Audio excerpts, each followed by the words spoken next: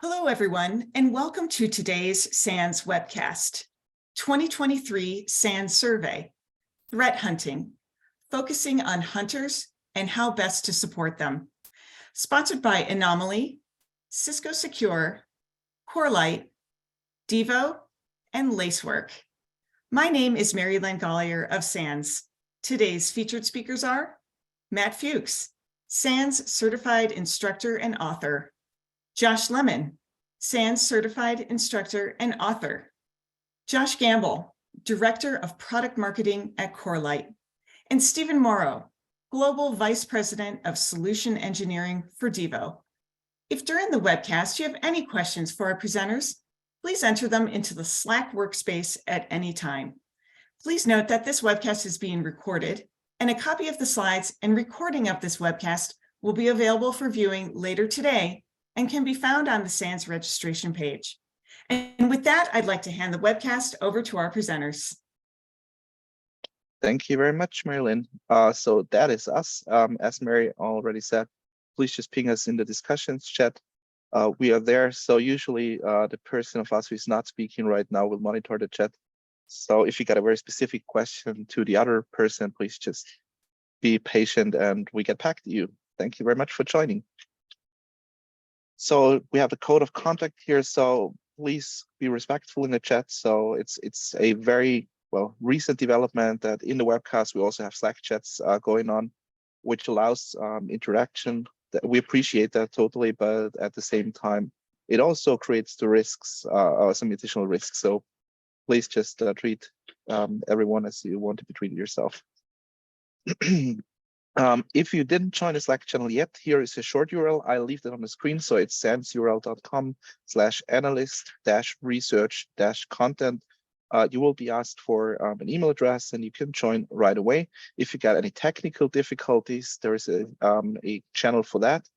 And the discussions chat, that is the one that we're going to use throughout that webcast. The discussion chat is without the space in between the hashtag and discussion. That is a mistake. Sorry for that. Today's agenda is as it follows. So Josh and we're going to start presenting you the results of the webcast, at least the major points of it. After that, Corelight will have a presentation going on about network-based threat hunting and the speed of attack. And Stephen Morrow from Devo will talk about AI in threat investigations. After that, all four of us, plus Chris Hall from Lacework, will have a panel discussion. You can ask questions using the chat, and we will try to answer them as good as we can. But let's get started right away.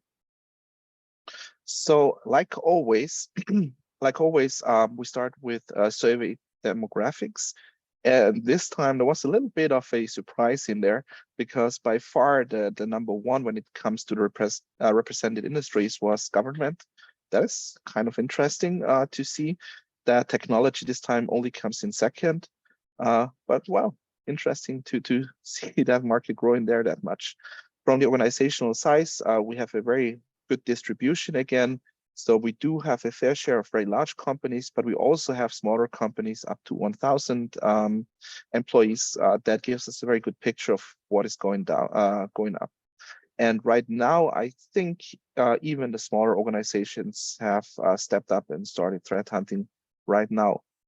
From the perspective of the represented roles that we have, it's pretty similar than the last few years.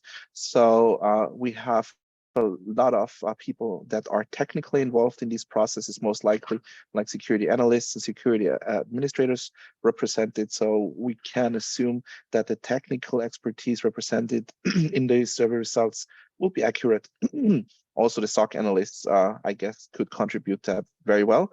But on the other hand, we also have coming to the third place, security managers and directors, so decision makers in that field. That also helps to understand what the strategical impact of threat hunting is, how budgeting looks like, and so on. As the last years too, we have quite a few international organizations and organizations that are headquartered in the US, but also headquartered out of the US. And I think this time it's also the first time that we got more organizations headquartered in Europe than we have headquartered in the US. I think that is also a first time, but I would have to confirm that, because usually it was US was totally dominating that when it came to the headquarters of the companies that responded to the threat hunting survey. But what were the results of that? And with that, I hand over to Josh. Thank you, Matt. The key findings. Yeah, so I'm just going to talk through some of the key findings. Now, these have been very much summarized from the overall report, so we strongly encourage you to actually go and download the report and have a read through it. A couple of things we changed this year. We'll go back one slide with some of the findings. And that was more based around some of the questions that we asked respondents. So this time around, we asked respondents a bit more detail around what their day-to-day job actually was. And Matt, if you want to go back one slide, I think we've just progressed forward by mistake there. That's better. So we asked respondents a bit more detail around sort of their job in terms of what they do day to day and how their normal job works, and whether they are a threat hunter full-time or whether they are a threat hunter part-time, or whether they kind of get brought in to assist with threat hunting on a very ad hoc basis. One of the interesting findings out of this is that we saw that almost a quarter, 24% of respondents have said that their threat hunting is part of their full-time job. So they have no other responsibilities inside an organization other than just purely threat hunting. So that's kind of an interesting stat. And we dive into that a little bit more, and we provide more detail on that through the report also. Another one which I know Matt and I, who also do work in the field, as well as being authors and instructors as well for SANS, we also asked a question around ransomware and just whether ransomware had any type of influence on an organization's methodology in terms of how they are threat hunting or what types of things they are threat hunting for.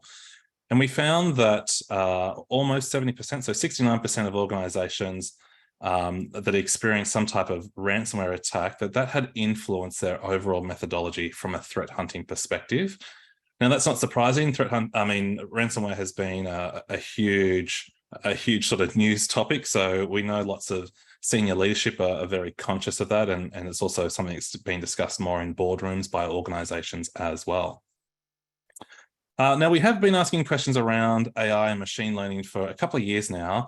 But we did see that the concept of using AI or machine learning for threat hunting had actually decreased this year for the first time. So it's decreased by 5%.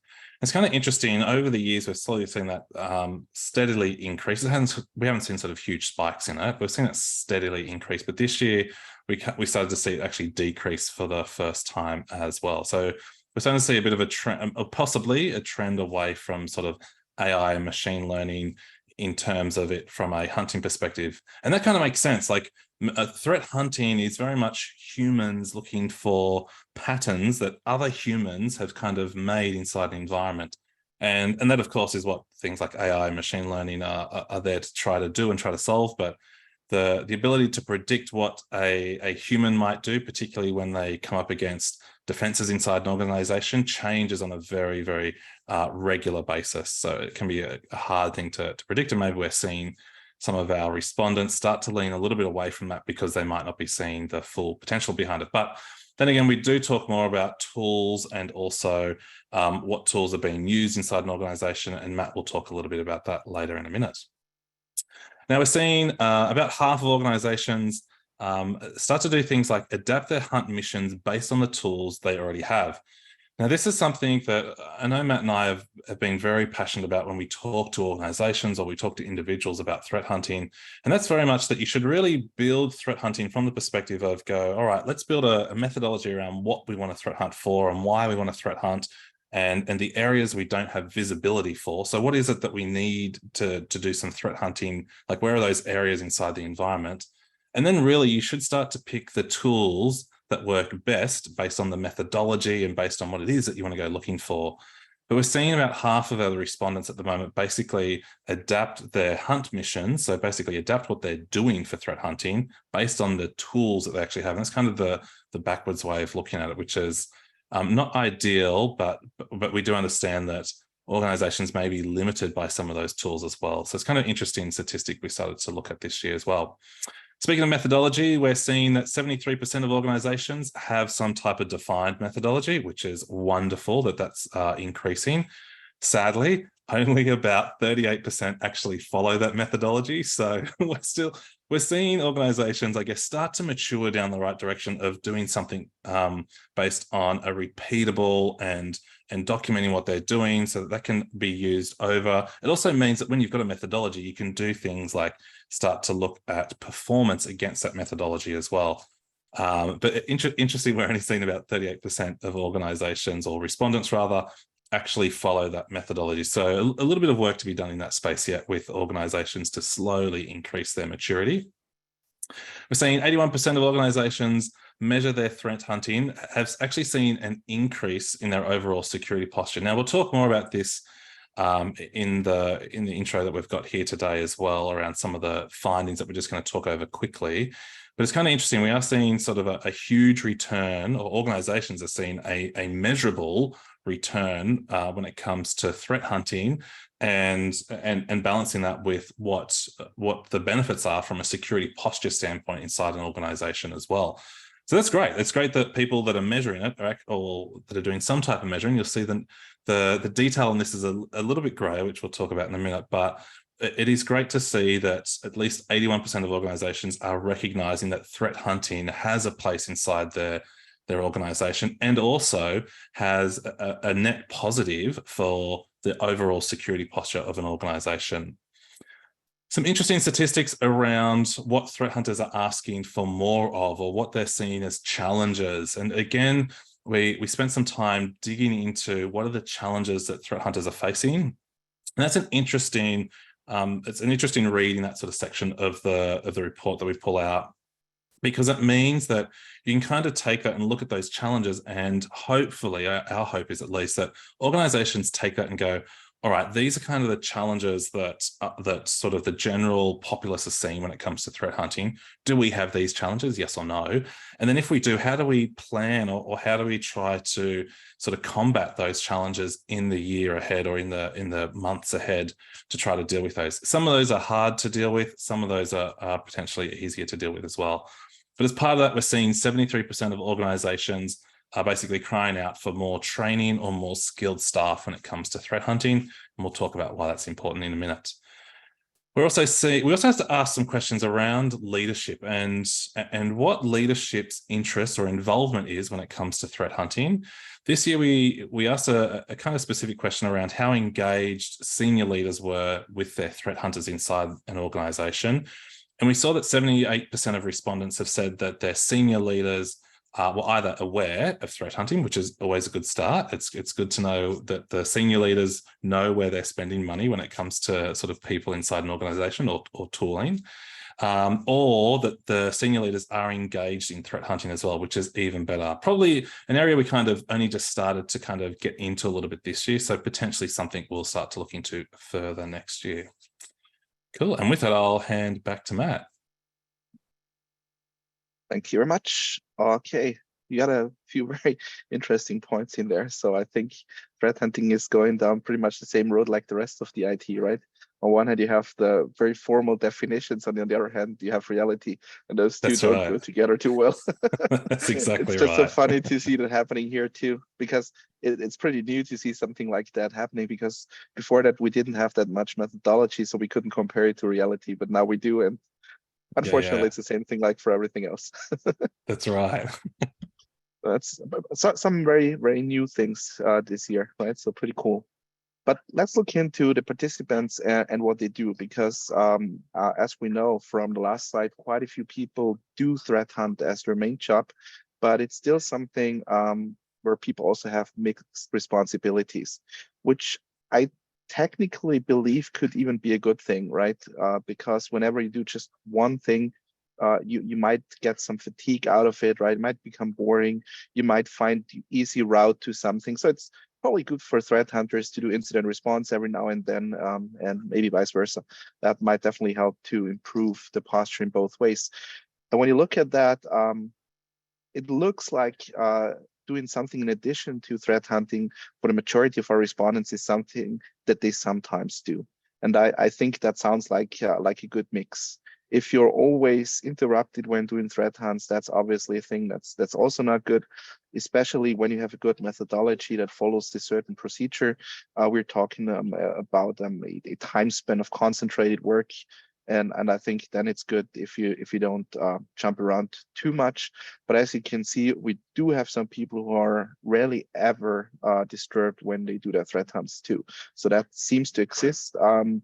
I just usually very rarely see those organizations, which is particularly the case maybe because those organizations might, and that's a theory, might get breached less.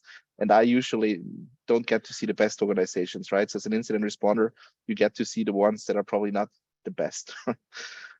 So that might influence what I see in my day job usually. The interesting part was this time we first asked what the average time on a threat hunting mission is. And I'm not totally sure if everyone agreed on the same meaning of the term mission when we looked through the responses of that, particularly as we put in 12 months or more as an answer. We didn't really expect people to pick that, but still there were like 3.5% who picked that. So usually when we're talking about methodology, hypothesis-based threat hunting, we would expect people to be somewhere in the area of like 1 day to maybe a week, right?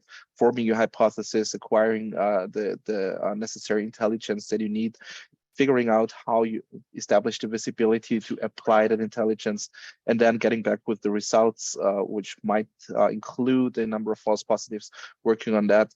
So I mean, even talking about a week or a month, that is something that we could think about, right? Because maybe it takes you longer to get certain permissions that you need to establish visibility because you need an additional tool, or maybe you need to talk to peers to acquire intelligence that you need for that threat hunting mission. But everything that's longer than a month is sometimes a bit hard to understand for me. For that particular reason, that the threat landscape does change, and it does change rapidly sometimes.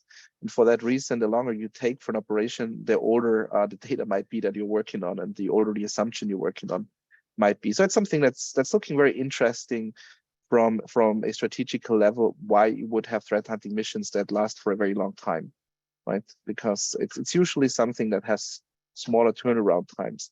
Regarding that, what's also interesting, and Josh mentioned that, is the topic visibility, because that obviously also feeds into that. So either you already have the visibility that you need, then the tendency for you is to be faster because you don't need to discuss these topics, or you build a super interesting hypothesis, and then you figure out, okay, I cannot really hunt for that hypothesis because I'm missing visibility. And that is particularly interesting also, and I'll get to the point in a moment, Josh mentioned that too, that half of the respondents basically get the way of how they hunt from their tools. But at the same time, attackers get better of getting around the detection tools. So very often the hunting tools are the same tools that the SOC uses to detect threat actors. Could be EDRs, could be SIMs or whatever, right? And when they use the same tools for their hunts, they probably will introduce the same visibility gaps that the SOC has anyhow. So in that regard, you have to be super, super careful, and we'll get to that too. But what is important to that, the hunting mission or the duration of the hunting mission is also heavily influenced by how you establish visibility. Because I mean, even to get the same kind of question answered that you might come across using a hypothesis, there might be a difference between organizations that take like days or weeks to answer the thing and organizations that take minutes. And obviously that strongly impacts the duration of a threat hunting mission. So in itself, it really doesn't matter to us that much if someone responded 1 to 2 days or 1 week to 1 month. It was just interesting to see that there is still a fair share of people who are apparently running threat hunting missions longer than a month. That was interesting to see, and to me at least a little bit unexpected. But that leads us right into the tools section, and we kind of kept that section the same way over the last few years, because now we get plenty of results that we can compare. So that gives us some kind of a trend. of how that whole thing develops. And like all the years, number one is the typical tools you cannot really get around any longer in organizations, regardless if you do threat hunting or not. So that would entail SIM, EDRs, and so on, IDS, IPS, also on a network level as well as on an endpoint level and so on. So that is clearly number one. And now we're fastly approaching 90% of organizations who are currently using that kind of technology. So we started with way smaller results, and even from last year's survey to this year's survey results, that changed again to the plus side here. The other thing is, and that is also what we always shed some light on, those are the internally developed tools. They have increased too, which is kind of an indication that people keep filling gaps, because ideally, from a vendor's perspective at least, that category would be zero, right? Because if the tools that you can purchase do everything you need and people are totally satisfied with them, that category wouldn't just exist. So the thing is, those tools can be very useful. I'm not saying we're not using custom-made tools. I mean, that might also be a sign for a very sophisticated threat hunting operation to have at least some stuff that goes beyond the well-known tools stacks. But at the same time, that is also a huge problem. And I just frankly totally realized that in our organization, so we build in a ton of automation, particularly for incident response rather than for threat hunting. And that automation that we put in, that is something that someone else developed. So I've been developing a lot of things that we use, but I was totally uninvolved in that project. And now there is that project. And if that guy ever decides to leave, then that's a huge gap, right? So I wouldn't be sure that that we can cover that anyone can take over that project. So there's a lot of source code that makes us more productive, that is basically not controlled from an external vendor. So that means when you have something like that, you need to come up with internal processes. So even though you build it yourself, it's far from free, right? And it's far from management free. You really have to take care of that. Another result that was interesting, because it kind of broke a trend, was the artificial intelligence and machine learning section, because this was the first year where this section got a little bit smaller, right? So far it was very stable or even increased a little bit, but this time it really made a leap down. Let's see how it turns out. Last year, we usually try to see it over a few years, how that whole thing develops. But then again, we are specifically asking for threat hunting, so that doesn't have nothing to say regarding detection capabilities per se, right? So that is just how useful those things are for threat hunting, to make that clear. With that, hunting for tools, so I already said that. The question is something I think we introduced 2 years ago. I know that we had it last year. And the question was, like Josh already indicated, if the tools dictate how you hunt, or the hunting hypothesis or your hunting strategy basically influences what tools you buy, or if you want to build. And the interesting thing, as Josh mentioned, is that obviously a large number of respondents stick to the tools that they have, which is kind of not too much of a surprise. The reason for that being that we know that still quite a few organizations are in the early stages of threat hunting, and that means you usually do it the other way around. So you need someone to tell you what you can do. And the tools are a good starting point, because most of those tools do support some kind of hunting. And that kind of hunting is probably better than anything that it could come up with without any experience, right? So in early stages of threat hunting, that is probably the best bet, to go for whatever someone else built for you. On the other hand, it's obviously one size fits it all, so you can get around it. We know that also from the monitoring perspective. Last year, the Conti chats leaked, and what that meant is that we got some insights into how they work, how they operate. And one of the things that we saw is that they tried to get their hands on a demo version of a major EDR solution. And I assume they didn't want to protect their own network, but rather find a way to get around that solution. And that is, well, most likely true for most solutions. As soon as you have something off the shelf, attackers can attempt to get around that in a safe space. On the other hand, if you have something in your location, something that you built, you are leveraging something that is one of your most important intellectual property assets, and that is knowledge that only you have. That is something, before I hand over to Josh again, that I really want to stress here. I'm not saying that you can necessarily do it better than the vendors, because they might basically put in more resources than you can ever put in on your side. But at the same time, the vendors, as well as the adversaries, they don't have your inside information, right? They don't know how you operate as an organization. And that is something that opens a lot of space for you to detection, because whenever you want to detect an attacker, regardless if it's a hunting operation or if it's in a SOC capacity, one of the ways to really get that done is to detect the smallest mistake that the attackers make, because usually you do detect an attacker when they make mistakes, because logically an attacker doesn't want to be detected. So when they do, then they messed up. The second thing, rather than detecting even smaller mistakes, is making it easier for the attackers to make a mistake. And that is where your internal built your own intellectual property becomes important.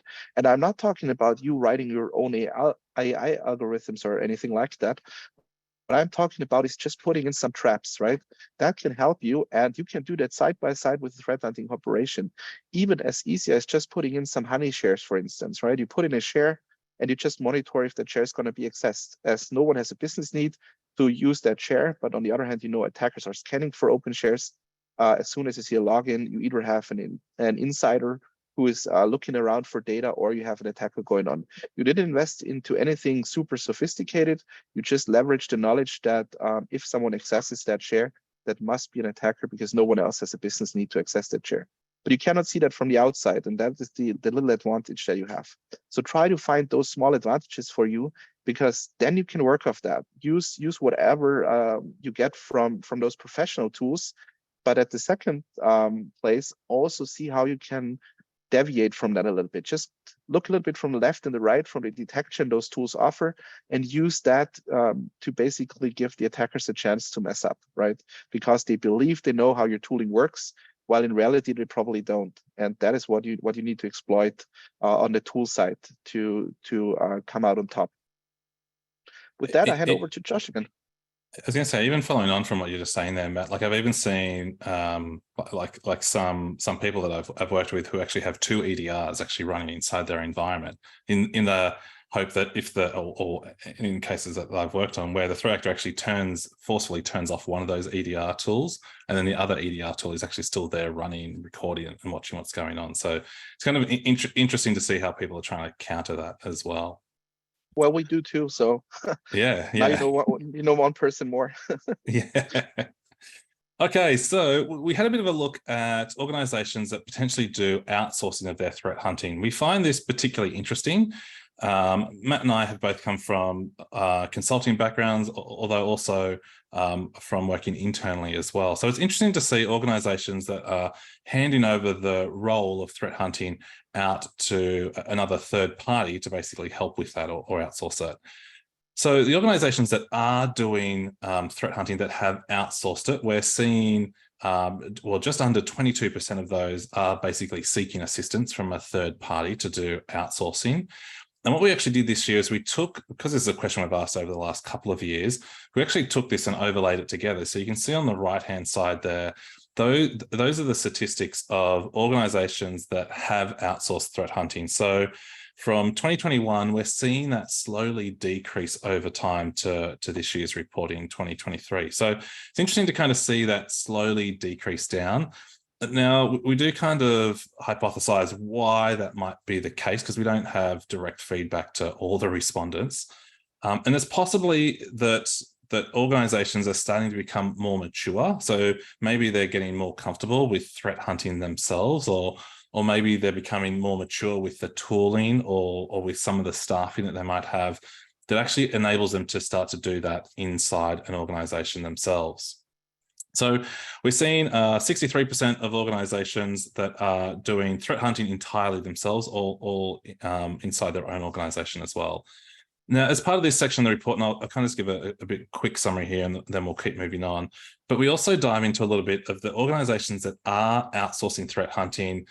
We look at things like whether or not the organization that gets a third party to help them, are they letting the third party entirely determine what the threat hunting area is? Or is the organization that's seeking assistance, are they kind of directing that third party to tell them where to go hunting? So we asked a couple of questions around that. You'll have to dive into the report to see how that all pans out. It's kind of interesting to see some organizations are very much going, tell us what to do, and going to a third party and asking for assistance all around. A couple of other organizations are doing things like saying, all right, we want you to go threat hunting in this area. So we dive into some of those as well. So interesting kind of statistics on that side of things. In the interest of time, I'll keep kind of moving on. So we'll jump onto the next slide there. And this was more around looking at organizations that formally measure success with threat hunting, or do formal measurement with threat hunting as well. So I've just pulled out one section here. And it's kind of interesting and probably a little bit unfortunate, but this year we're actually seeing a decrease in the number of organizations that are formally measuring success of threat hunting. So that's organizations that have some type of metric or some type of detail built into the threat hunting that they do, and then they're actually performing metrics against that threat hunting as well. So this year, in terms of how you look at this graph here, the yes columns there are people who are doing formal threat hunting at the moment. And you'll see the far left column there, we're seeing just under 34% that are formally measuring threat hunting. And again, we've stacked the 3 years together. We've stacked 23, 22, and 21 together there. And again, you'll see this sort of trend of that slowly decreasing, which is not a great trend, because obviously, if you're measuring threat hunting, you can use that to do things like show value in terms of an organization's investment in budget for staffing, or you could use it to show investment in tooling that might be being used as well. Or you could potentially be using it to show investment in training. You'll see why that's important in a moment. So it's kind of a bit unfortunate that that's slowly decreasing. Could also be useful as well. I mean, maybe people are starting to not measure it as much because maybe the statistics they're getting are not great statistics anymore. But again, we kind of encourage organizations to dig deeper on that. And maybe the reasons that the metrics from those measurements aren't great is because there is lack of investment in new tooling or updated tooling, or lack of investment in sort of recent knowledge sharing or something along those lines. So it's kind of an interesting trend there, which is kind of interesting to look at. You might remember back at the start, though, I did say that 81% of respondents have seen an improvement in their overall security posture. So I find it kind of interesting that 81% of people are saying, yes, we're seeing some type of improvement in our security posture from threat hunting, which is wonderful. And then we've also got 34 people saying we actually formally measure it. So there's a bit of a discrepancy there. It'd be interesting to kind of dive in further, maybe with some more specific questions around the people who are seeing overall improvement and how they're getting to that improvement measurement as well. Alrighty, let's move on to our next one again. So the other area that we dive into, which we've done for the last couple of years, is what we call sort of barriers to success, or the challenges essentially that threat hunters are seeing inside of their organization. And if we go back one there, going forward a little bit, Matt's got, it's all right. Matt's got control. he's either telling me to hurry up, or he's mistakenly doing something at the same time. So what we're seeing here is basically a listing of the challenges that organizations are facing when it comes to threat hunting and being successful in threat hunting. Now, this year, again, we see top of that chart there related to skilled staffing being a significant challenge here. And we've lumped a couple of categories together. So this is either headcount or lack of training. We've put those both together because skilled staff could be either we don't have staffing that are trained, or it could be we are struggling to hire staff that are trained as well. So either way, this challenge of finding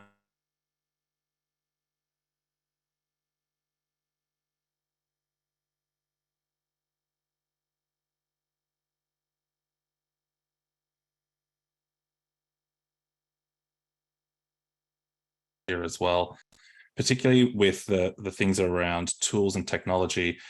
The challenge can be, oh, I can see that someone's, okay, no, audio looks okay. The challenge can be potentially that if you don't have skilled staff to do things like pick the technology that is being used for threat hunting, you can then get into trouble where someone goes and picks a technology set and goes, we're going to use this for threat hunting, but they may not be a skilled staff member that does threat hunting or knows how to do threat hunting or has experience doing it. And they might be picking a tool or a technology set that is kind of interesting to look at from sort of a shiny outside, but it might not actually do or sort of focus on the areas where they need assistance from threat hunting. So one thing that we kind of stress is that doing things like getting skilled staff or upskilling staff or training staff often helps fix a lot of the things lower down here, even things like quality of data. Like if we've got skilled staff who knows what type of data is likely to be used for threat hunting, you can start to do things like start to really kind of augment the organization to get things like the correct data before you have to do things like threat hunting or other activities inside the environment. It's kind of an interesting challenge we're seeing. Again, we do talk about this in the report around how this has kind of changed over time as well. Sadly, the skilled staff challenge has slowly increased over time. So it's not on the slide here today, but going back to 2021, it was 51% of people saw skilled staff as a challenge. In 2022, it was 68%, and this year we're now seeing 73%. So it's a unfortunate trend upwards that this kind of skills shortage for threat hunting is starting to become a significant challenge. All right. And with that, I'll now progress on to the next one. I'll hand back to Matt to kind of do a couple of takeaways, and then we'll start to pass to a couple other people. Yeah, sorry for before. I think I'm a little bit motorically challenged apparently because I have the chat window side by side with the presentation window, and apparently Okay. So the key takeaways, we already mentioned it a few times, that we do have the feeling that threat hunting overall is becoming more professional. We don't only base that on questions that are predefined with predefined answers. We also put quite a few free text questions in there, and that gave us a better insight on how organizations think about threat hunting today and how they do that. It is something that that becomes its own kind of discipline more and more, with own personnel, own tool stack, and so on. So that is also something that is changing over the last few years since we have been doing that survey. In the beginning, it was really rather a side job for most people, and that appears to change right now. And I think I also saw a chat message going by. It does need people who really have a good insight, not just in incident response techniques, but also into enterprise architecture and things like that. So that is super important. Secondly, external entities can be very important in supporting threat hunting operations. And that is, we didn't ask for that specifically, so that could be external professionals, but also governments and so on. So they could be a good provider for data, or they could facilitate peer exchange that allows you to find threat intelligence that's really useful and applicable to your network. It is a staffing nightmare. That's not just true for threat hunting. That problem is true for incident response as well, and also gets more challenging for even entry-level SOC positions now, right? But getting someone with experience who can really deal with large-scale networks, it's a nightmare. It's really a nightmare. And it doesn't help that the headhunters are flooding you with people who are not necessarily qualified, or not as qualified as they think they are. That also, at least it keeps me very busy when I try to find the right people for the job. It's really difficult. It is hard to measure the output of threat hunting in a formal and particularly comparable way. When we talk about comparable, there are two things you can compare it to, and one thing works better than the other. So if you compare how you evolved since you were doing threat hunting, that is a comparison you can probably run more easily than compare two different organizations to each other. right? So I wouldn't know how to do that. That must be super difficult. But at least when you want to compare yourself to yourself in the last few years, that is something that becomes feasible.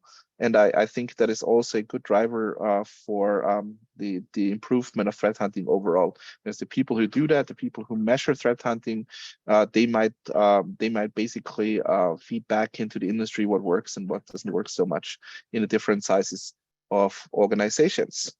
And with that, I think we are done for now.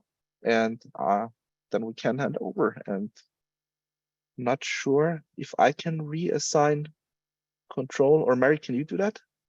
I've got remote control now. Thanks, Matt. Oh, cool. Thank you very much. Yeah. Stage is Thank you, yours. Matt. Yeah, thank you, Matt, and thank you, Josh, and thank you, the SANS organization, for running the survey. We love sponsoring the survey. It's just a wealth of information for our customers, and I think the broader community. So I'm John Gamble. I'm from Corelight, and I want to talk to you today a bit about network-based threat hunting and some best practices that might help you address some of the challenges that we saw in the survey results with building, scaling, maturing your threat hunting program. So there we go. Network-based threat hunting at the speed of attack. So let me put the timer on, 15 minutes. Great. So the first thing I'd like to do is make the case for the network in your threat hunting program. This isn't either or. I'm not saying the network is better than the endpoint or endpoint is better than the network. It's a both and. But the point that I want to drive home here is that, productive hunting is critically tied to the level of visibility that you have in your environment. And in terms of attack surface visibility, there's kind of two major kind of attack surfaces that you want to be monitoring: what's happening on your network and what's happening on the endpoints and hosts in your environment. And if you have those two things together, now there's other data sources, right? There's threat intel, there's other sources of telemetry you can gather, but these are two core sources of visibility. If you've got those two core sources covered and you have a centralized place to start analyzing that and start hunting against that data hunting ground, if you will, you're going to be in really good shape. And if I can make the case for the network, as I mentioned, I think the network has a lot of things going for it, right? It provides wide aperture visibility of your environment. So you're going to see not only hosts that you have coverage on in terms of endpoint coverage or telemetry coverage, but you're going to see unmanaged hosts, right? BYO devices. You're going to see IoT devices. You're going to see OT traffic. You're going to see cloud traffic, right? That may not necessarily be covered by an endpoint agent. So there's just a broad aperture visibility benefit to the network. Another benefit of the network from a hunting perspective is that if you're instrumented correctly, the network traffic can't lie. And that's a really important distinction, right? Sure, adversaries do all sorts of really tricky things to try to hide, obscure, or otherwise make their activity on the network imperceptible, right? To someone trying to hunt them on the network. At the end of the day, the adversaries have to push packets, whether that's on-premise or in the cloud.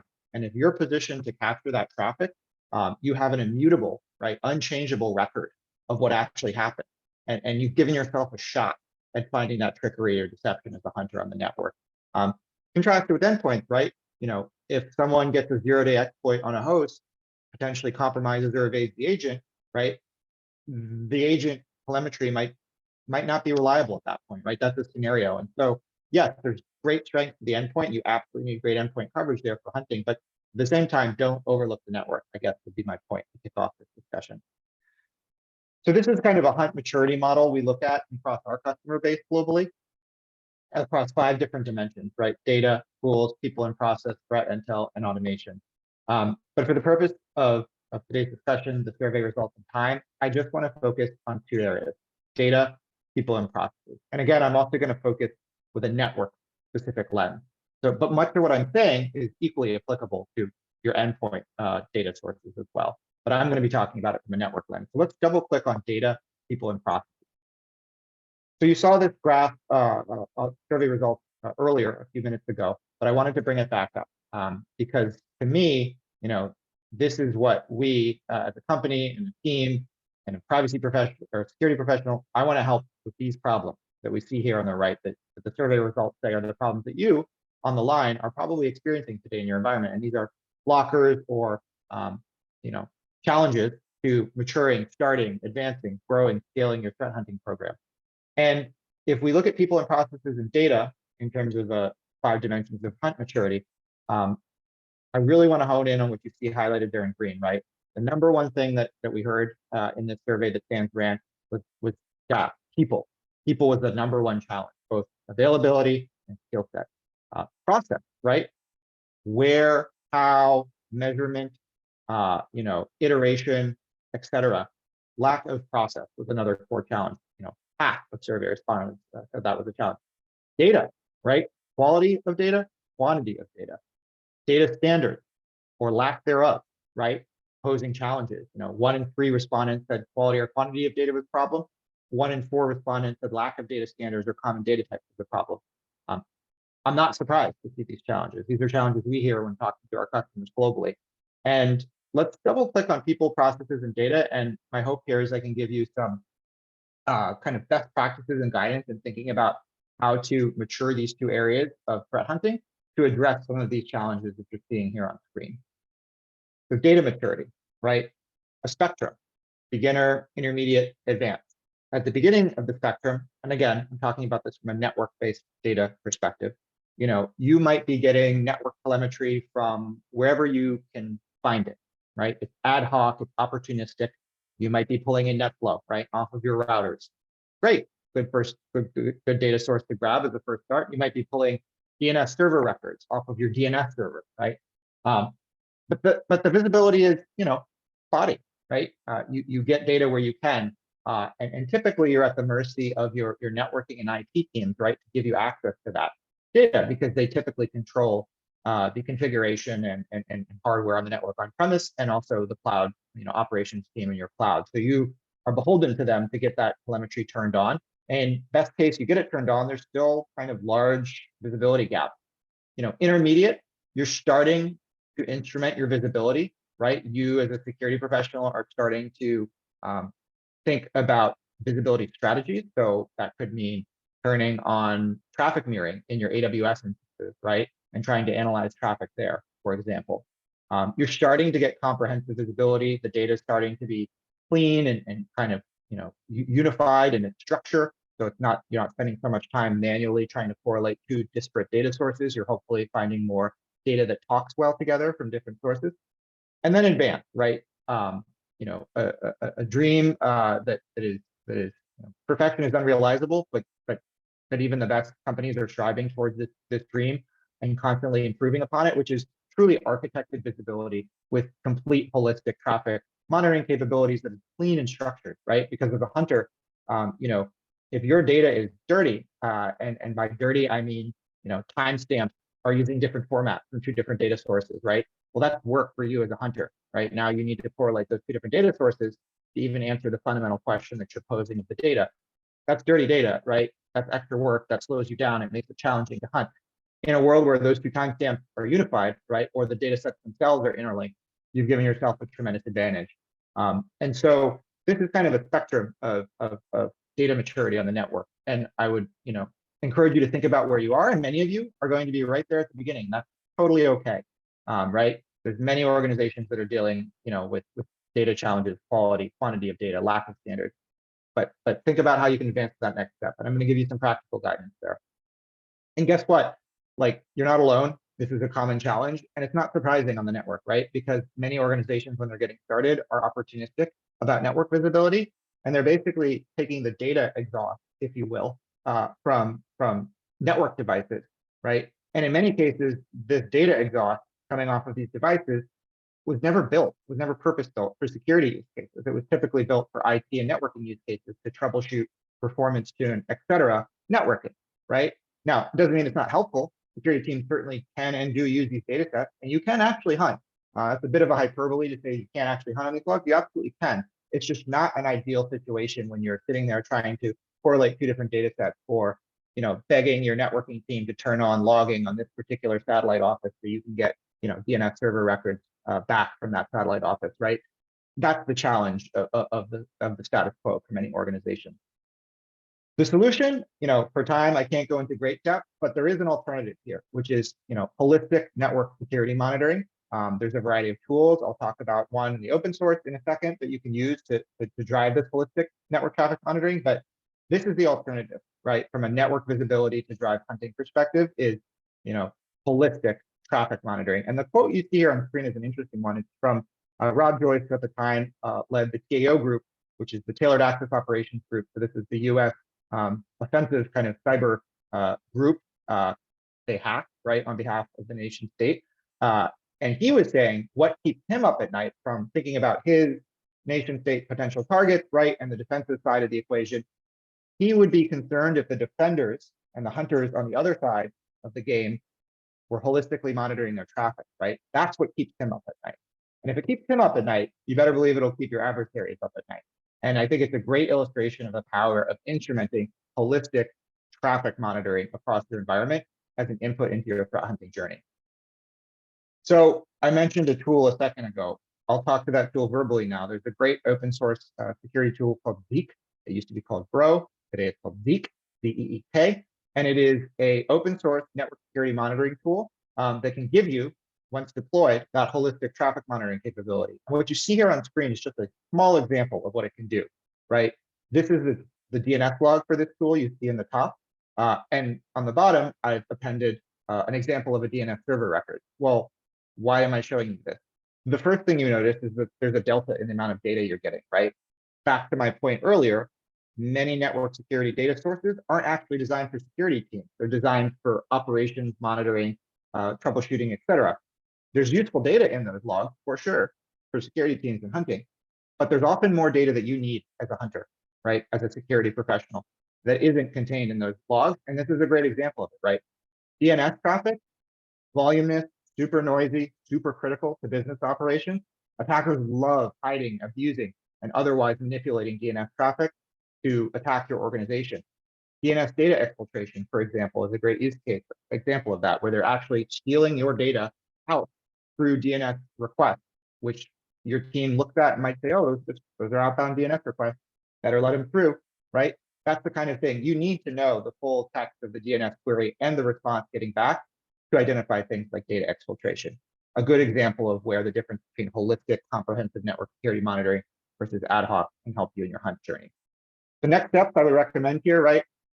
Try to get a holistic traffic monitoring capability instrumented in your environment. There's open source tools, there's commercial tools, NDR, network detection response is the commercial kind of space. Start with baseline inventory, understanding of your network traffic. If you've seen one network, you've seen one network. There's so many nuances and quirks to each individual organization's network traffic profiles that you really need to spend some time baselining to understand, oh, actually all of this stuff over here that initially looked wrong, that's normal. That's part of that particular satellite office's particular traffic pattern. That's the kind of questions you need to start answering to baseline to understand what anomalous, weird, and adversarial behavior looks like. And encourage your vendors to cooperate, right? Save yourself the trouble of trying to manually append data sets that don't talk well together, if you can. People and process, right? And kind of the number one, if you will, challenge surfaced in the SANS survey in terms of threat hunting. So I want to talk a little bit about that.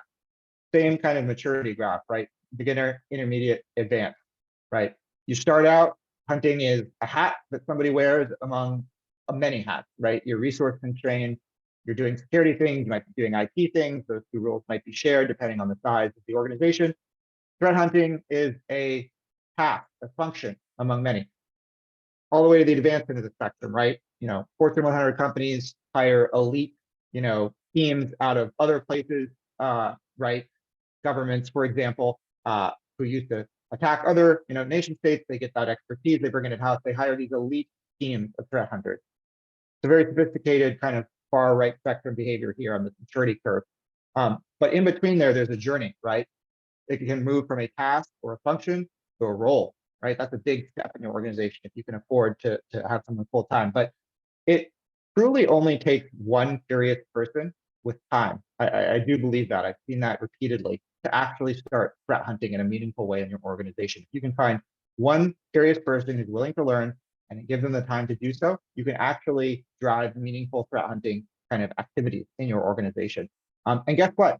The survey says 2 out of 3 kind of orgs are using internal staff. So you need to grow your in-house talent along this spectrum of maturity curve, and you need to carve out that function and ideally role, if you can afford it, in your organization to really give them that time programmatically to do the job.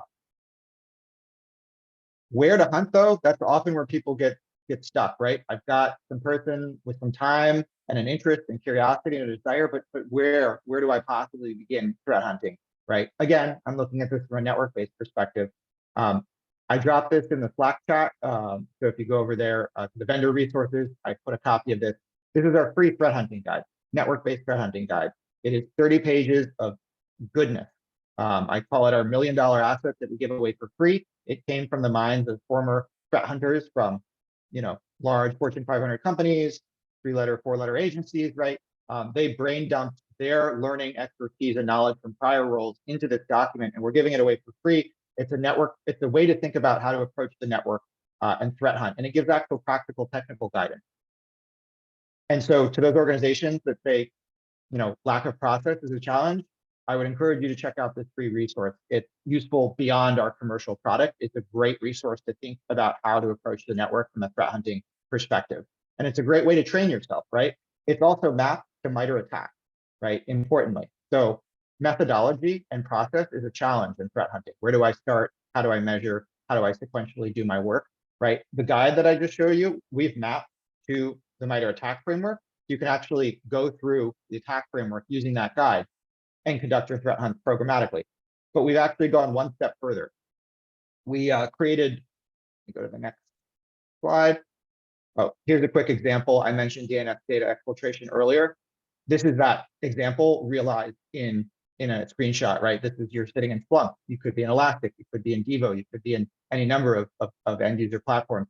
Using the data, right, you can actually now instrument the hunt and look for that DNS data exfiltration activity.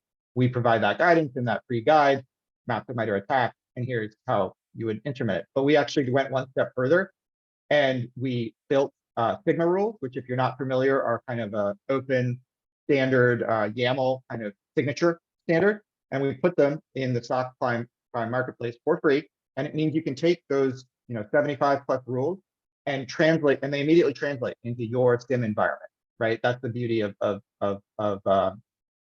Sigma rules, is you can just use that rule in your Elastic, your Splunk, your Devo instance.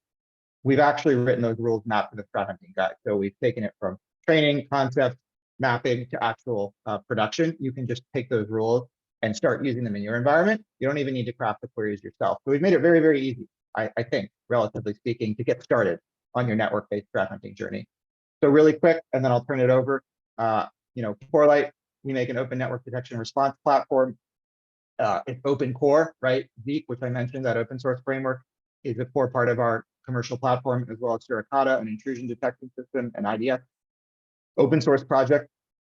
And what do we do? What could we do for you? We can transform your traffic, whether it's in the cloud or on-prem, into hunt-ready insight, and we can put it in whatever system you're already using. Anomaly, who's the sponsor today, we can actually use that intelligence to enrich the data set and process it for you.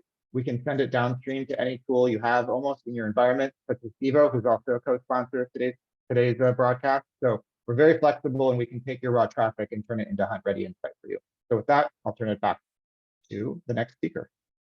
Cool. Thanks very much for that, John. That was great. And I guess the other thing too to really keep in mind with some of the things that Matt and I were saying a moment ago is that, like, even in the examples we were talking about where, like, we see threat hunters do, or threat actors rather, do things like turn off EDR tools. When you've got things like network telemetry, you've still got that running in the background. As from our side as threat hunters for victims or for clients, it very much, that network telemetry can be super useful for that, because it's one of those things that threat actors, unless they've done something really creative, and hats off to them if they have, it's one of those things that they can't really go and turn off or alter as simply as it is to sort of unhook or to remove some of that endpoint monitoring as well. So it is one of those sort of brilliant areas to go and collect data from.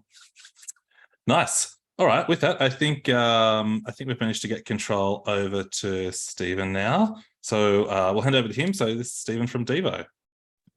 Much appreciated. And yeah, thank you to SANS for letting us sponsor this. It's really great. We love working with the SANS organization. So, and thanks to everyone for taking the time to go through this. So I want to talk first about how we get better, faster, and stronger in our hunts and in our security practice in general. That's something that we're pretty passionate about, and we're looking to share it. So, who is Devo? So Devo is we got to start as a cloud native SIM about 10 years ago. So our focus is highly on getting the data, and I think getting the data in a consistent manner and in a quick manner has been one of the biggest challenges we've seen. As we went through the presentation today from the great speakers at SANS and Corelight there, it was a common theme that without proper data, without proper instrumentation of that data, it's almost impossible to actually be successful in hunting. So we're focused in on that, and we've been doing that for about 10 years. We've also started to evolve now into more of a cloud native platform, including SOAR, UEBA, and AI capabilities. And in particular, the AI piece is the part that I'd like to kind of present to you today. There's certainly other parts that tie into it that we can give a more detailed, more robust presentation on. If just reach out, and we'll be happy to do that. So what are some of the security challenges we see out there today? The first thing is the number of products is just overwhelming. Recent studies said 27 security products are used on average in the enterprise. And we talked a lot about how do we up-level the skills of analysts. Part of what we feel is causing that problem is dictating that sort of response of not being able to find enough analysts is the fact that there's so many security tools in play that it's hard to know where to look. It's hard to know where to find the data. It's hard to find it in consistent fashions. And as a result, the education and training gap is so huge. So that's been one of the problems we've seen that we're out to solve. Another is there's hybrid environments in cloud, right? The landscape has expanded. It's not as contained as it once was. And as a result, everyone's trying to look kind of everywhere. So that's where centralizing the data becomes a big piece of that. Further, a lot of vulnerable public cloud and IoT out there on the network. It's something we're seeing everywhere. You're no longer, especially post-COVID, having to just protect your enterprise. You're having to protect outside of your enterprise for all the home workers and so forth, especially with the EDR solutions. We've seen that be something that people are starting to look into of how do I handle that expanded space. And finally, the attacks are from inside out more frequently than what we've seen in the past. And so we're trying to respond to all those. Once you build on top of that, you start to receive that 47% of the SOCs receive 1 million alerts a day. So we've got a situation where you've got a lot of tools. The environments are spread out, and now you're getting 1 million alerts per day. So it starts to become very hard to handle that and actually have a proactive and resourceful threat hunting operation. In addition, this all compounds into the fact that we just don't have enough cybersecurity professionals. And I think at this point, throughout this presentation from all the speakers, it's been clear that is the consistent pain. But a lot of these symptoms, it's kind of a symptom of the pain of the fact that we have so many tools and so many different ways to look at it. And then last, a lot of, at the end, it causes the biggest pain of all, which is that we're not containing incidents in a timely fashion. 32% of incidents are contained within weeks. Within weeks, you've likely lost a lot of potential capital, and it's a huge risk to the business. So those are the problems we're trying to alleviate. To take it a step further, the data is continuing to grow. We're seeing that everywhere. More and more clients, in particular, I talk to clients all day long. The vast majority of them are talking where they were talking a few hundred gigabytes, even in small to medium business. I'm hearing terabytes more frequently. In larger businesses, we're seeing petabytes of data daily that they're trying to bring together to start to look and starting to become a cost barrier, and not only a cost barrier, but also a barrier to how do I even analyze all of that. As a result, everything gets more complicated, and actually doing proactive threat hunting we see being more and more of a stretch. So that's where we're trying to figure out exactly how do we make that easier. How do we roll that back so that we can start to automate pieces of it to make it more efficient, to make it more seamless. And that's where we've moved into Deep Trace. So Deep Trace is an autonomous alert investigation and threat hunting platform built on top of Devo. So all of the data that you bring into Devo, all the speed, all the things that you're used to in the platform are also brought into this. And what it effectively does is goes out and does the very first level of a basic threat hunt for you. and builds out the story to try to point you at the right direction of what you should be looking at, so you can make a quicker analysis without necessarily having to dig so deep each time. So when you get right down into the exactly what it is, we use a relational graph database on the back end. It's looking across all of that data, not just the network data, which is absolutely important. But in addition to the network data, it's looking at the EDR data, it's looking at firewall logs, and potentially even application logs, depending on what you're bringing in, and then using all of that and correlating all that together into a single attack story, so that you can understand that that particular alert that fired has what's behind it, and then any related alerts that may have fired, how they correspond into the story, for how what effect may have taken place. As an example, we recently conducted an attack that we used as a sample just to illustrate the technology, where it comes across of 3 different traces, and it takes you through an entire workflow of not only the attacker being tripped up, but in addition to the attacker tripping up and triggering a few alerts, we start to see lateral movement, we start to see credentials, we start to see the eventual theft of some property off of one of the machines across those traces. And that was all done simply by allowing this to load, to come off of that one alert and build the attack story. At the end of the day, this translates into just offloading massive amounts of work off of the SOC, makes the working in the SOC much more enjoyable, and gets threat hunters back to what they love to do, which is hunt actual threats versus looking at alerts that are not necessarily relevant to what they're trying to accomplish. So at the end of the day, it's all about just trying to reduce those people, and that's the real point we want to get across. We're trying to reduce the amount of people required to do a single threat hunt, so you can cover more of the landscape. The reality is the vast majority of SOCs aren't covering their full landscape. They're not even bringing in all their data. So the more of that we bring in, the more we can point toward those individual stories, the more we can remove that manual threat investigation and at least get to a first level autonomous threat investigation so that we can go deeper from there. So at the end of the day, it's speeding investigations and learning everything about the attacker. One thing I want to kind of point out here is we have the MITRE ATT&CK framework built into not only this, so you can see how that particular attack was ran against the MITRE ATT&CK framework, but as you start to look into the data underlying deep trace, you can actually go into all of the SIM data that's underneath, see the individual alerts. All of that gets tied back to the MITRE ATT&CK framework. We use that as a common thread throughout the entire platform to allow you to visualize exactly how the attacks are happening. And most of our customers use it as a kind of a common language for them to speak and engage and talk about a single attack. So it definitely helps speed things up and allows you to work at a much faster pace, so that you're able to resolve these threats very, very, very quickly. So it's not just about finding it, right? Part of it is stopping intruders in their tracks, right? It starts off with that autonomous threat hunt, but then it leads into how do you start to actually stop it? And that's where Devo has tried to evolve into more of a full platform for you. So we actually do have a SOAR component as well. And you can feed that into Deep Trace to allow it to take action, quarantine machines, block firewall ports, what have you, as you need to. And you do that by building individual hypotheses inside of the platform itself.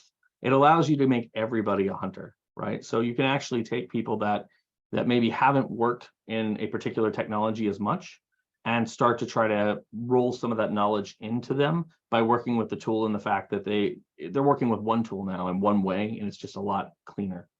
As it tests your hypotheses that you've built, it will actually refine those over time, and then it will go ahead and build out exactly what the response will be, let you know how effective that's been, and then you can choose to continue that autonomous hunt, or you can choose to decline it from there. Once you've done that, you can automatically launch the investigations, and then, as I mentioned, you can go into the SOAR so that you're actually able to take autonomous response, especially on the more common things you see. So what's unique? Ultimately, it's an AI engine that augments analysts. It asks hundreds of thousands of questions. I do want to spend a moment on that point, because one of the challenges that we've seen in the industry is, as the volume of data grows, and as we look into trying to figure out how to scale AI, the problem starts to become that it asks questions at a much deeper level and much more frequent level than that of a human. And as a result, the results have to come back in a very timely manner. And that's what Devo was kind of built around. As I mentioned, we're 10 years ago on the SIM side. That's where we got our start. And it's always been a focus on the data being the core and returning those results quickly. That enables that AI to ask all those questions to ultimately build the entire attack chain. Then once it builds the entire attack chain, you end up with all of the different traces. So as you can imagine, you know, in a single incident, you might ask a few 100,000 questions that leads to another incident, that leads to another incident. And so it quickly runs into a system where you might ask 300, 400, 500,000 questions across a series of machines in a complex attack. So having that data ready, having 400 days of it hot and available is key to allowing you to go ahead and execute that. And that is how Devo is presented. We take 400 days of your data, it's all hot and available for this technology to go across. So even if you find an attack late, you're able to go back across all the technologies and pull that data together. It also autonomously traverses all the historical data. So we're not just talking about that 400 days, but every 400 days across multiple different subsets of data, including the network, EDR, etc. All of that's available to you. And the last piece is it elevates analyst skills. So as I mentioned, one of the challenges is that elevating of skills. And Devo is actually built in a way that you don't necessarily have to have underlying knowledge of a query language. We do have a query language under the hood. It's called LingQ. But we're actually built in such a way that you can actually work kind of like you would in Excel to generate any kind of query. So it actually it greatly speeds up your ability to get underneath the data when you do want to go to that depth, and as well for getting into the actual reason why an alert may have fired and documenting that and properly responding to it in the future. Okay, so a big part of it's about reducing the grind. We do publish out on our website, on the Devo website, you'll find a SOC analyst report that we do every year. And one of the big common things that we find out of that report consistently is the fact that analysts are getting burned out, right? And a lot of it does come from the fact, at least we believe, from looking at the same things over and over and over, and not necessarily focusing on the thing that most of them find not only the most enjoyable, but the most valuable, which is actually preventing breaches in their network. So it's all about making proactive threat hunting a reality in the SOC, and that's what we're really focused to do. Okay, so at the end of the day, we move from labor and repetitive work to the fact that AI runs it relentlessly and effortlessly, allowing you just to look at the story and focus in on what actions you may want to take in evaluating that story. It starts to remove that burnout. It takes us from tens of investigations per day, because you're not running 1,000 queries or 100,000 queries, into thousands of investigations per day, allowing you to quickly understand what occurred in that attack story and then remove and remediate it as you see fit. Ultimately, the time-consuming process of creating reports also gets automated as part of it, kind of a byproduct, because you end up having most of those already generated in those attack stories.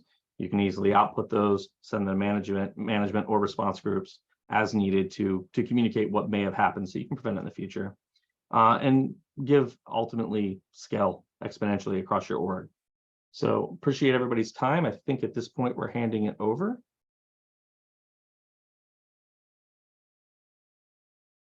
Okay, thank you very much, Stephen. No problem. So, let me just get the camera running again. Sorry. Now it seems to be working. I got a new chair, as you can see. I moved on. So I would say we go right into the panel discussion, and we just, pre-selected a few questions that we just plan to ask to you guys, because I think some of them you can answer way better than we can. And I think that's also what's interesting to the people out there. And I think one question that is particularly interesting for you as the vendor side of things is, where do you still see room for innovation over the next few years in threat hunting? So like in the observable future, if you want to. Can we start maybe with John? I don't know, just go by how the pictures are sorted on the screen. Yeah, sorry, I was trying to respond to a Slack question. Could you just repeat the question? Yeah, so the question was, what kind of innovation you see over the next few years? What is likely going to happen? Because vendors, well, I guess, should be driving innovation. So I think you guys Sure. are the right people to ask. Sure. Innovation in threat hunting. Well, I think, tool consolidation and data consolidation are two trends we're seeing, right? And I think those are just continue and accelerate, which is to say innovation will happen in vendor tool platform consolidation, right? So, instead of 5 tools that you might need today to get data and analytics and a UI and intelligence, right? You might be seeing tools that are consolidating those capabilities into a single platform and driving operational efficiencies through that. So I think that's one trend that you'll see on the vendor side. From a data side, I think one area that I'll speculate a bit on is cloud. So cloud, interesting because it has some of the same challenges that on-premise does with respect to making sense of what's happening on the network and threat hunting, which is to say some of the default telemetry sources are more geared towards, again, non-security use cases. Security teams are using them, but I think an area of innovation to look for is cloud visibility, right? And understanding, how to take the nuances and particulars of cloud environments, which are, again, specific to the vendor, right? AWS looks different from Azure traffic, and making sense of that at scale. I think we're just getting started industry-wise on that question, and there's so many different vendors attacking the problem, but it's definitely an area to look for because presumably your workloads are moving to the cloud, therefore your threat hunting needs to move to the cloud too. Josh, I think that's totally your topic, right? Cloud topic. Yeah. It is a little bit. I'm one of the authors on the cloud forensics class, so definitely a space we spend a bit of time trying to teach people how to do that in all 3 clouds, which is a significant challenge. But not only that, but with the clouds regularly changing what they do and what they provide and what's visible there is sort of an ongoing challenge for anyone trying to do threat hunting in the cloud at the moment. So what's your take on that, Stephen? You're the next on my list, at least. I'm not if it's sorted the same way for everyone. Sorry. Yeah, no, not a problem. I think John's right in a lot of ways. We're definitely seeing tools consolidate. We're seeing security practices start to consolidate more and more. So I think as a trend, we're going to see more and more of even non-traditional areas consolidate. And actually, I think as we start to see more of the reaction side of it become more important, we're going to start to see even more of the traditional IT functions that maybe have crossed the gap a little out of the standard security functions start to collapse into it somewhat. And that's where that automation piece ends up driving it. AI and ML are progressing, and it's being used on the other side as much as it's being used on our side from a threat hunting perspective versus an attacker perspective. So as that complexity continues to grow, as we continue to get into the cloud, it's going to come down to consolidating all that data to put it in a useful manner and build patterns on it that can allow us to accelerate attacks. That way you actually answered 2 questions that were coming up in the chat, because another one was regarding what you do with multiple tools, but that I think is the reality that you're going to have that. And with that, very warm welcome to you, Chris. You're now on the panel. You haven't had your presentation, so welcome. So what's your take on that? Yeah, no, those are great points. I think as far as innovations, we'll definitely, start seeing AI play more and more of a role in the near future. We had a hackathon recently at Lacework where we were experimenting with some of these new capabilities, like with Chat GPT and the API specifically. And there was definitely promising results both in the development of queries, so having it create your threat hunting queries for you.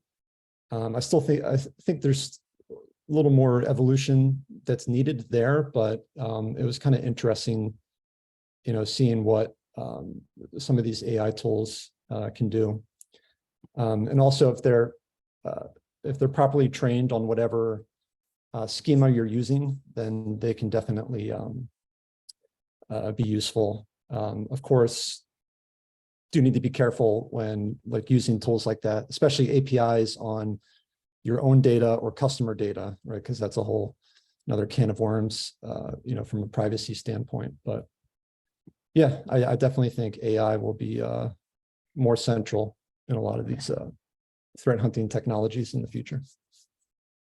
Yeah, I think it's a good comment that it has to become an on-prem solution as well to make it feasible for some people. Right. Josh, do you want to ask the next question? Yeah. So the next question again comes from our listeners today, I guess. So what are the fundamental issues or the gaps that that all three of you are seeing across the industry essentially from people trying to make do with what they have? So I guess for a couple of you, it'll be more around like what are the gaps that you're kind of seeing, I guess, sort of potential customers or potential clients kind of come to you guys with the gaps that they currently have when they're trying to just make do with what they have. We might change the order a little bit just to kind of shuffle around a little bit. So I might go to you first, Stephen, and then Chris, and then to you, John. Sounds good. I'd say the biggest gap we see in the one I see almost every single day is trying to decide what to actually look at. They're making a lot of compromises. Everybody is, because it is costly to gather data, and sometimes the value of it's not necessarily apparent out of the gate until you've already been attacked, and then you realize, hey, I didn't collect that. I wish I had. And so that tends to be the challenge I think we see the most, is trying to figure out how do we collect all that data, and then further, once you have collected it, how long do you keep it? Where do you store it? That seems to continue to be the biggest challenge.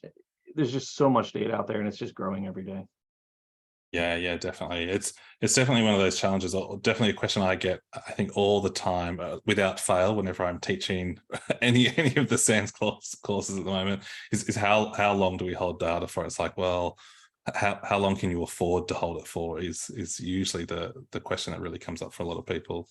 Nice. What about from your side, Chris? What are you kind of seeing that the gaps are for people that are kind of approaching you at the moment? So for us, and I'm sure this isn't unique, but the biggest gap or challenge is probably the complexity of the different data sets, especially in the cloud, right? So we, on a daily basis, we're working with like agent data, raw cloud telemetry, configuration data, audit logs, CloudTrail, and each one of these has their own structure and objects, right? It's like CloudTrail, for example, has thousands of unique object types, not objects, but just, the types of objects. So basically knowing where that data lives, where to look.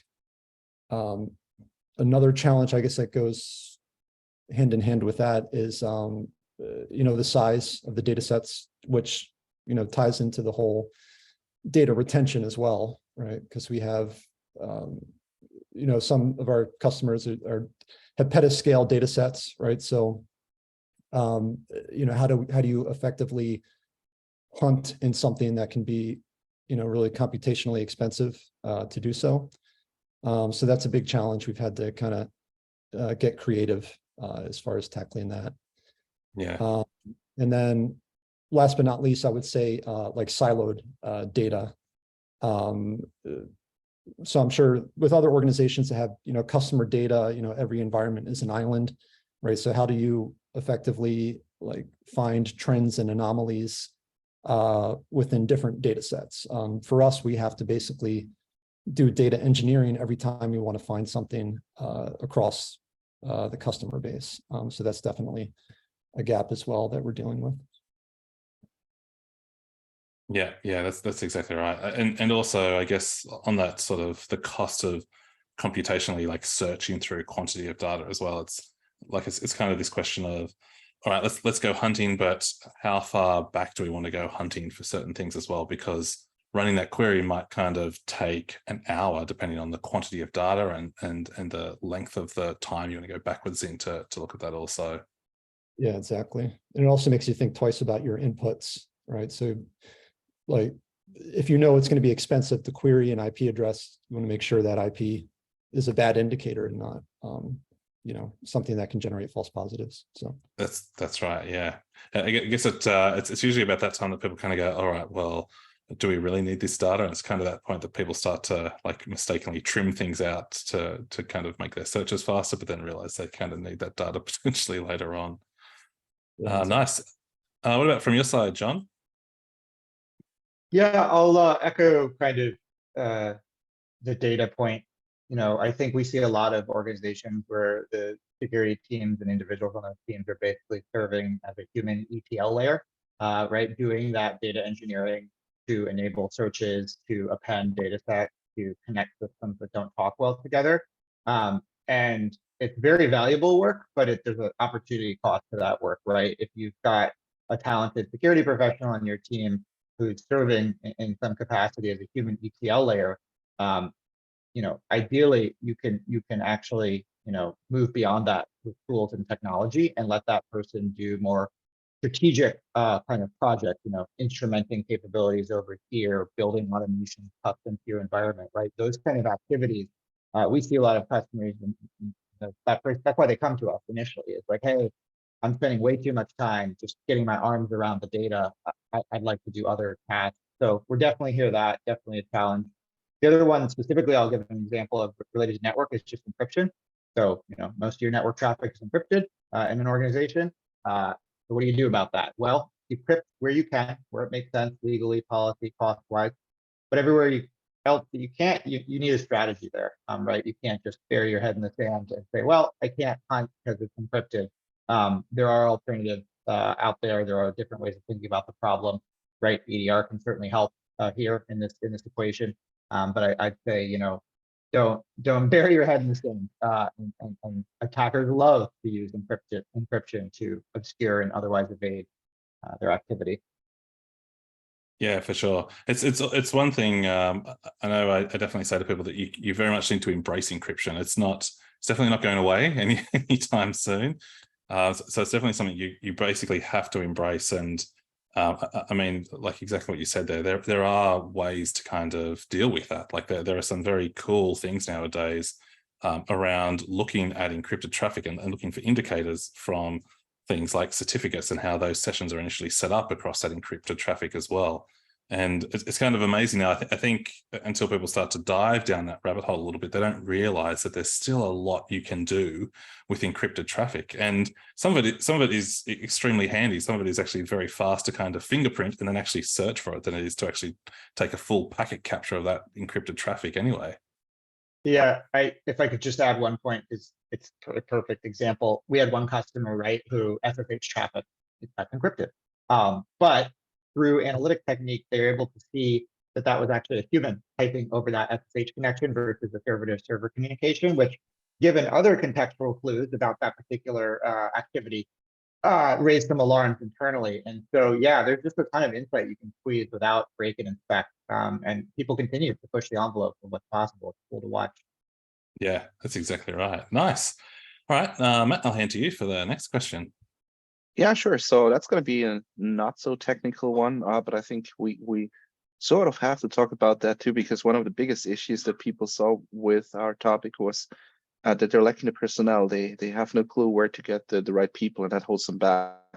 So regarding that situation, there was one question that was, do you think that the barrier to more folks becoming full-time threat hunters is a niche that itself requires an extensive knowledge of sysadmin, OS networking, coding, etc.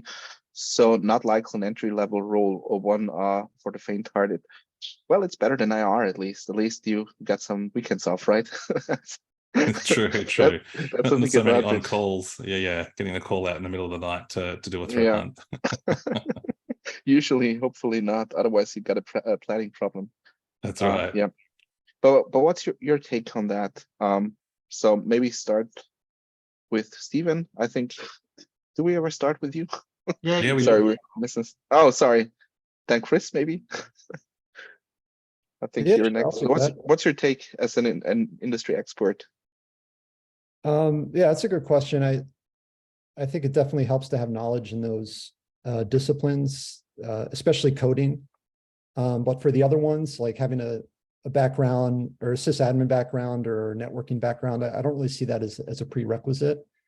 I think the most important thing to have knowledge of would be the tooling, like the tools that you use, the data sets that you have access to, or like knowing how to properly exploit that data, where the data lives, where to look for certain things. and then being intimately, familiar with, your schemas and the different, types of data that's being collected.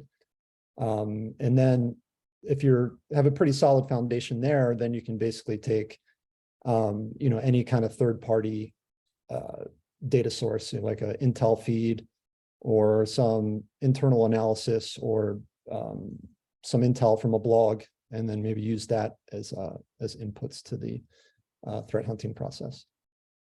Yeah, I totally agree. I guess what I want to add is you don't only need to know what data you have, but sometimes even more importantly, what you don't have, right? And that's maybe where that angle from that sysadmin perspective is coming from, because when you know there has to be something and you're missing it in their tool, this is also very important knowledge, I guess, sometimes. Right? That is why I believe it might be beneficial, even though it's not a prerequisite that's there, but it will help, definitely.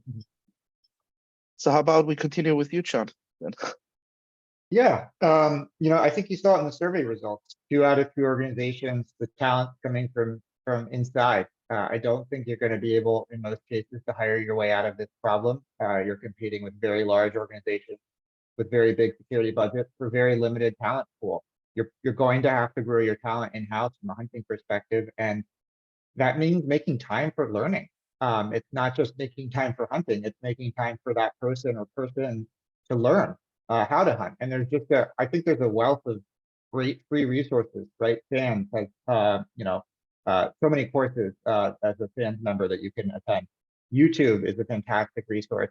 ChatGPT, which was mentioned earlier, I've been playing around a lot with, and it is a helpful buddy if you're starting your threat hunting journey to, always take what it says with a grain of salt and cross-check information, because sometimes it hallucinates, but it could do some pretty amazing things to help you get started in thinking about your threat hunting journey, asking it questions about, how would an attacker manifest this behavior in this part of my, how would I craft a query to go look for it? It can help you with those sorts of questions and basically, help you as a trainer of sorts.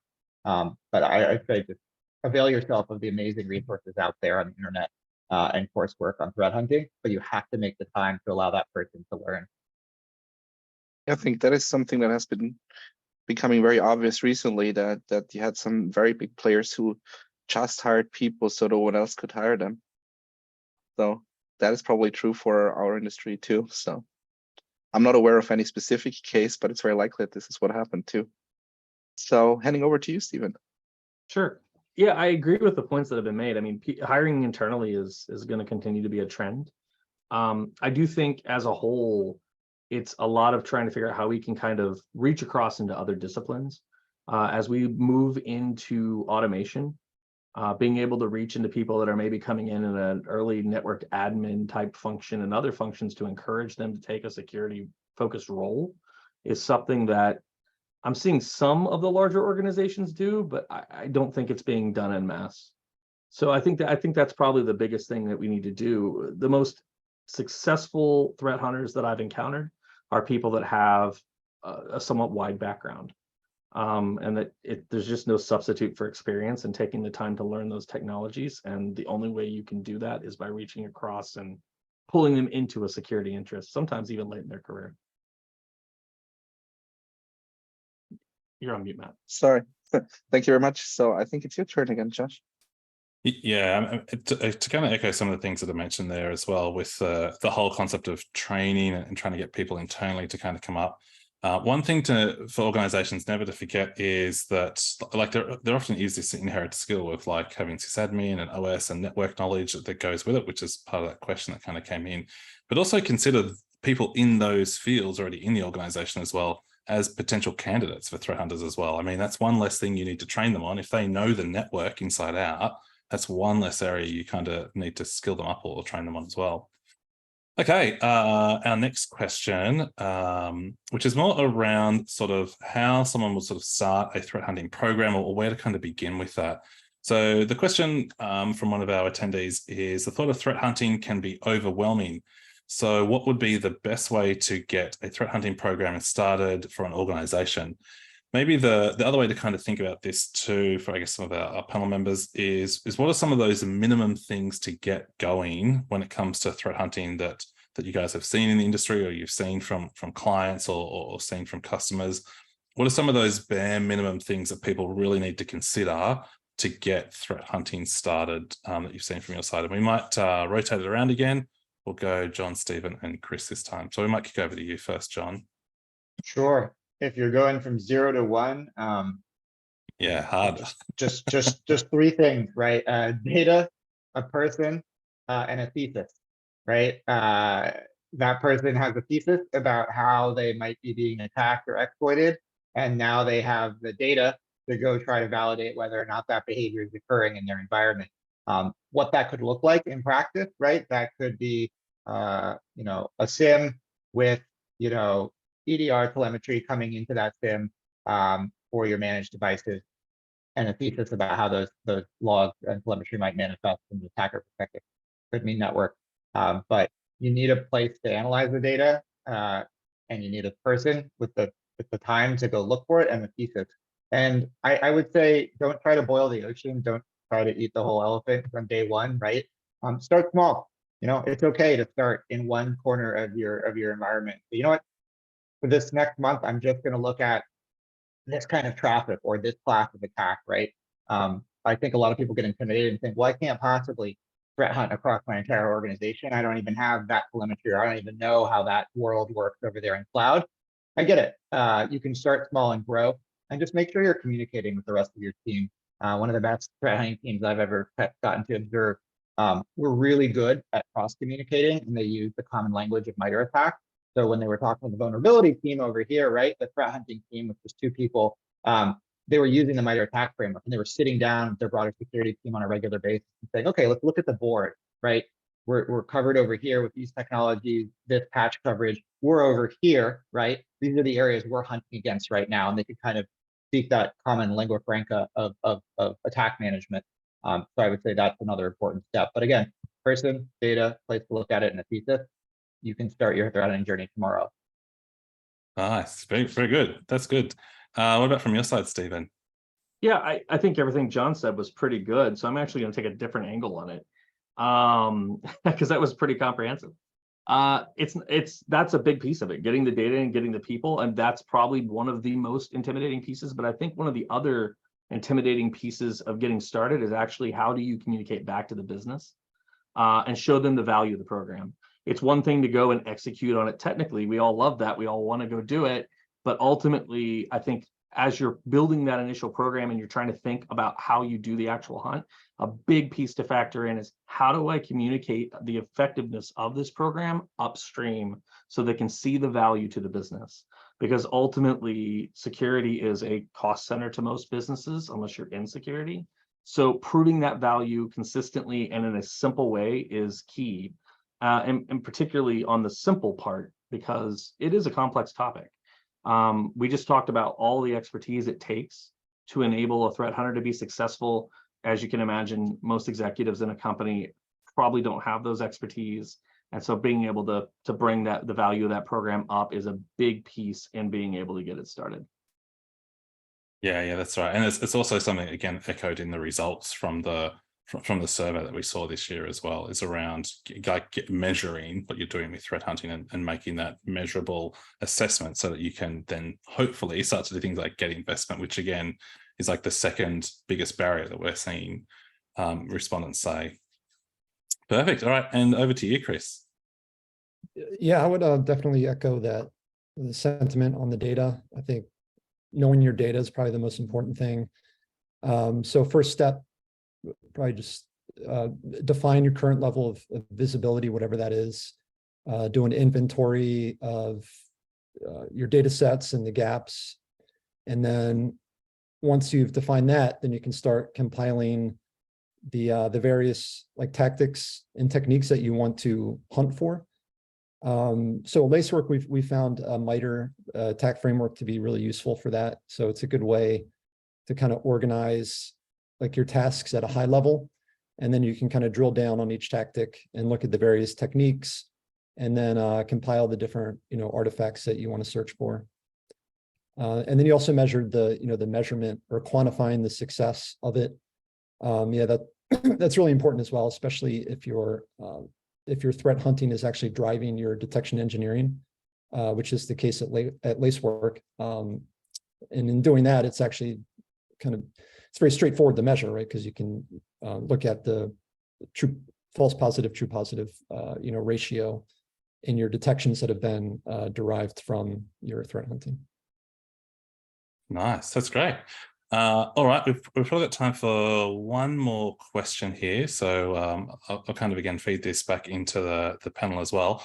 We've talked a lot about sort of maturing programs and innovations, and also what organizations can do to kind of assist threat hunting. One area that we haven't kind of dived into yet that I thought we might just try and tackle right, it's probably going to be a can of worms and a large one to I guess tackle right at the end. But one thing I think that's worth kind of looking at is part of the survey showed things around organizations are still outsourcing their threat hunting to third parties.